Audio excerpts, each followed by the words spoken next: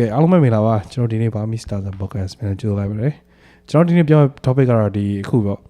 ဒီ brand ညာဒီကဘာမှာရှိတဲ့လူတွေအားလုံးဘယ်လိုစိတ်ကိုလှည့်စားထားပြီးတော့ဗျာဒီ brand ကြောင့်ပျက်စီးသွားတဲ့လူတော့ပြီးရင်ဒီ brand ဆိုတာဒီ bell class ကိုတေချာခွဲပြချတဲ့ကိစ္စပြောမှာဗျာ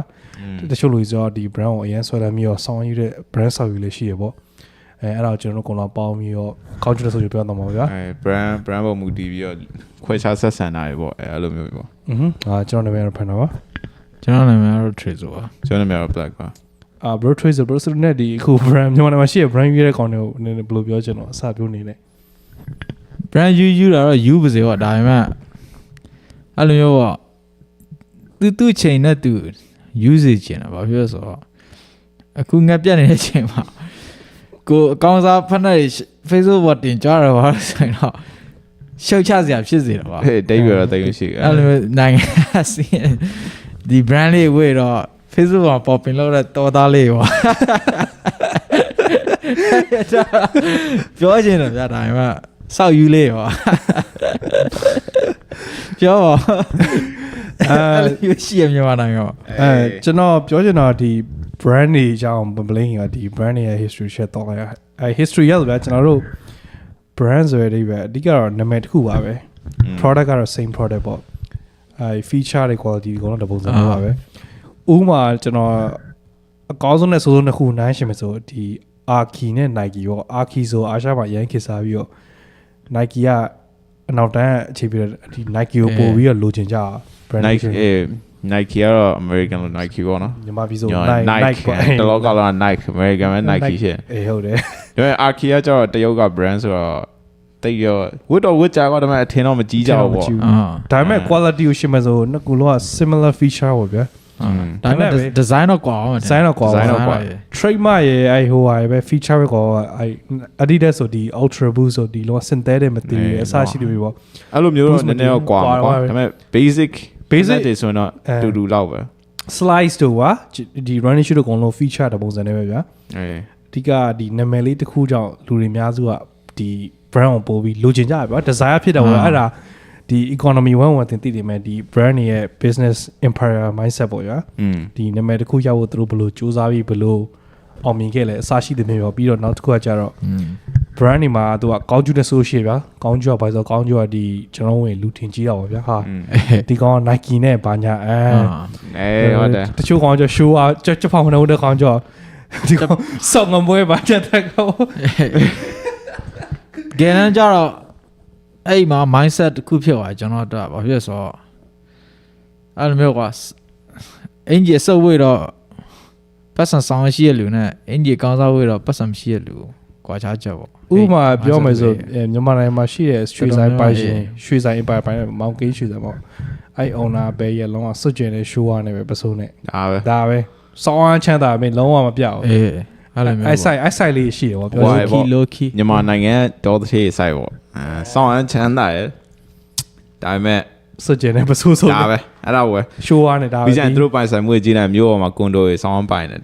ဒါကွန်ဒိုတော့တိန်း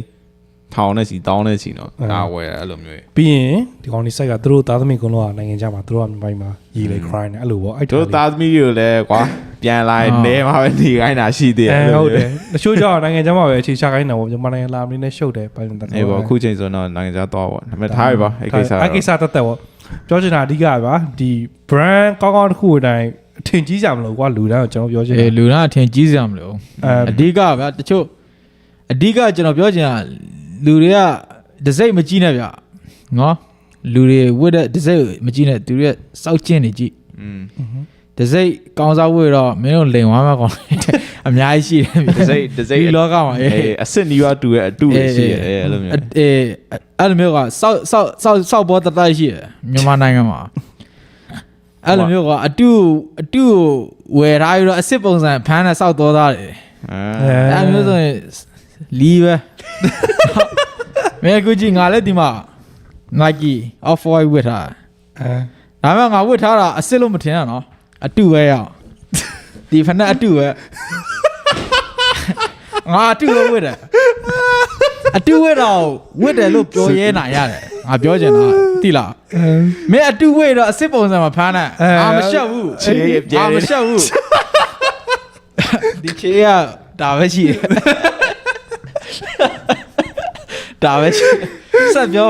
ဟာလိုမျိုးရှိရကွာညီမနိုင်ငံမှာတတိုက် ဟိုအတူဝတ်တာလည်းဝတ်ပါဒါပေမဲ့ကိုပတ်စံချေနေရအောင်ဆိုဆိုင်မှာဒါရောင်းလို့တာဝယ်လိုက်တယ်ထားရတော့ဒါပေမဲ့အေးအတူကိုကွာအစ်စ်ပုံစံမခိုးစောက်ပွဲမလုံးနဲ့အဲ့လိုခိုးနေတိတ်တော့တိတ်ပဲစောက်ချက်ကွယ်မလုံးနဲ့အေးပြီးရင်ကျွန်တော်အခုပြောတာဒီ brand social buy ဆိုဒီခုကနောက်ပိုင်းဆိုကျွန်တော်တို့ခုနောက်ပိုင်းတွေ့ရတဲ့ဒီ trade ပြတဲ့ဒီ off white တို့ဒီ western culture ပြ hip hop culture ကိုအခြေပြုတဲ့ brand တွေပေါ့အဲ့ဒါအများစုကမြန်မာနိုင်ငံမှာ trend ထားတာတွေ့ရတယ်ပေါ့ဥပမာ bathing ape off white ပြီး Balenciaga 424အစရှိသမျိုးဒါပေမဲ့ကျွန်တော်တေချာလေးလာကြည့်တော့ဘာလဲဆိုတော့ဒီအဲ့လို high end luxury brand ပေါ့ဒီ streetwear high end luxury brand များဆိုတော့ဒီလူငယ်ကိုစိုးမိုးလာတွေ့ရတယ်ပေါ့ဗျာ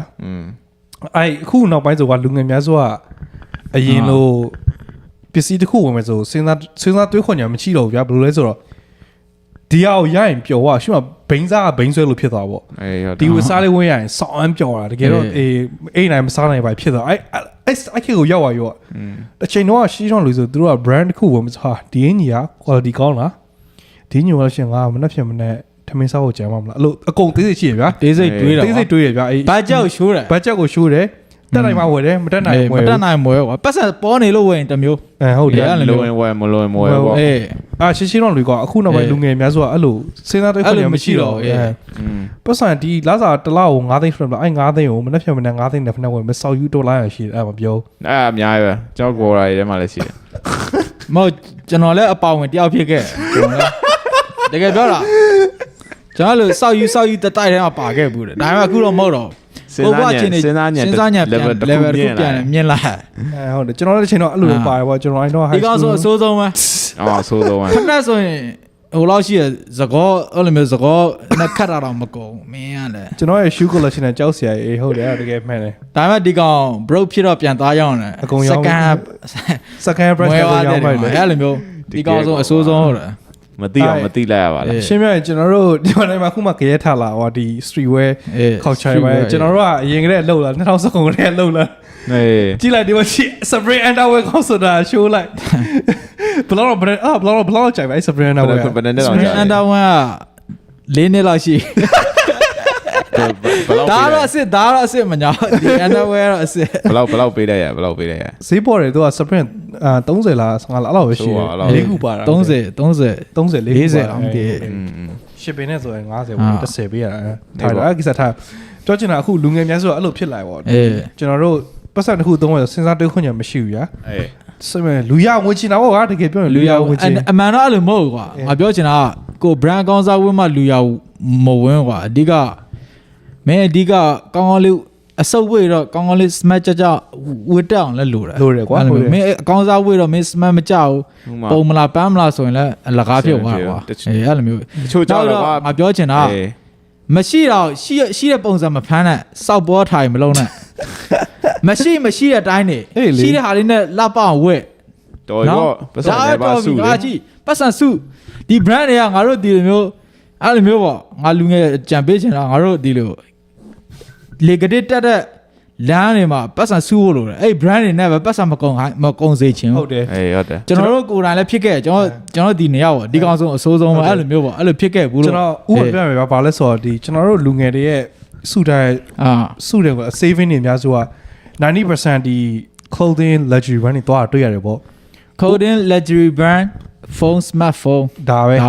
လူငယ်များစုမှာပေါ့ဒီ US မှာကျတော့သူကလောကဒီ luxury brand ဒီ clothing ရဲ့နောက်ကျောကားပေါ့ကျွန်တော်လူငယ်ဆိုကားကောင်းစီးနေဗျအဲ့ဒါအကုန်လုံးအထင်မကြီးနဲ့ကားကိုကောင်းစီးတာမလို့အဲ့လိုမျိုးပေါ့လူငယ်ဆိုဆိုင်အောင်စီးမှာဒါပေမဲ့ဘောအောက်ချီရဆောက်ပေါ့ကျွန်တော်လည်းအဲ့တော့အဲ့ဘာလို့တစ်ချက်ရှင်းပြပါကျွန်တော်လည်းဆောက်ယူချက်မပြည့်ခဲ့ပါအမှန်တမ်းကျွန်တော်လည်းဆောက်ယူတွေပဲအုံနောက်မဖွင့်ပြိုးခဲ့ကွာအုံနောက်မရှိဘူးဗျာမိဘပတ်ဆောင်ထိုင်ဖြစ်တော့တကယ်ခါကျမိဘအားနိုင်အဲ့အကုန်စင်းဆိုင်တကယ်လုံးဝစိတ်ထဲအသိမကောင်းစိတ်မကောင်းဘူးအဖေကအဲ့လိုစောစိတ်ညံလုပ်ခဲ့တာပေါ့မိဘချွေးရင်းဆိုင်ဖင်ပြအောင်ရှာကိုရက်ထိုင်မျိုးအဲ့လိုလူမျိုးတဲ့ကိုမပါစီနဲ့ဗျာတကယ်ကျွန်တော်ကဒီမှာရှိတဲ့လူငယ်ကိုတေချာပညာပေးနေတာပေါ့ပြီးတော့လူငယ်ဖြစ်တဲ့အတွက်ကြောင့်တော့အသက်ဆန်းကတော့လိုချင်တာပဲဒါပေမဲ့ဟုတ်တယ်ညတော့စဉ်းစားကြည့်ပေါ့အရင်ဈေးကြီးနေတော့လက်လျှော့လိုက်ပေါ့ကိုမိဘဆောင်းချမ်းသာရင်တော့တမျိုးပေါ့ဝယ်ပေါ့ကွာ မချမ်းသာဘူးဆိုရင်တော့လည်းစဉ်းစားပေါ့ကိုကလည်းကိုပေါ့ နောက်ပိုင်းကျွန်တော်အဲ့လိုမျိုးအရာနဲ့ပတ်သက်တဲ့သဘောပေါက်သွားတဲ့အချိန်မှာဆိုရင်ကျွန်တော်ဘယ်လိုမျိုးစတင်ပြုမှုနေထိုင်လာလဲဆိုရင်ကျွန်တော် smartphone တော့မှကွဲတဲ့အထိသုံးတယ်ကွဲပြီးတော့ တရုတ်ဖုန်း 3နှစ်ဒါတော့မှတရုတ်ဖုန်း ရှောက်ပြီနော်တကယ်လုံးဝ touch စခွင့်ပြတ်တဲ့ထိသုံးတာ USA မှာရှောင်းပြီးတော့ USA မှာ Xiaomi သုံးတာကျွန်တော် အေးဒီကောင်မရှိ iPhone တော့မတုံးခဲ့ဘူးအဲ့လိုကက်စီနဲလာနောက်ပိုင်းမှာလေဒီကျွန်တော်အကောင်းစားပစ္စည်းတွေဝယ်ဖို့အတွက်ကျွန်တော်ဒီပတ်စံတွေကိုဘာမှအသုံးပြုမလဲပေါ့စားတစ်ပြအဲ့လိုမျိုးပဲတွေးဖြစ်လာတာအဓိက ချင်းချင်းတာပေါ့ ဒီ brand တွေကလည်းတစ်ခါတလေတော့ကိုကြိုက်ရင်တော့ဝယ်လာအများနဲ့တော့မဟုတ်ကွာအဲ့လိုမျိုးပတ်စံမရှိအောင်သုံးတဲ့ထိလည်းမဟုတ်ကွာအဲ့လိုမျိုးပေါ့ပြီးတော့ Bluetooth ဆို Bluetooth ဆို Spark ခေဗျာသူ့ father latest တွေကုန်ထုတ်ပြရဗျာအဲ့လိုမျိုးကောင်းမျိုးကွာဒါပေမဲ့ဒီကောင်ရင်းချောင်းကတော့လုံးဝ ပြောင်းလဲသွားအမက်က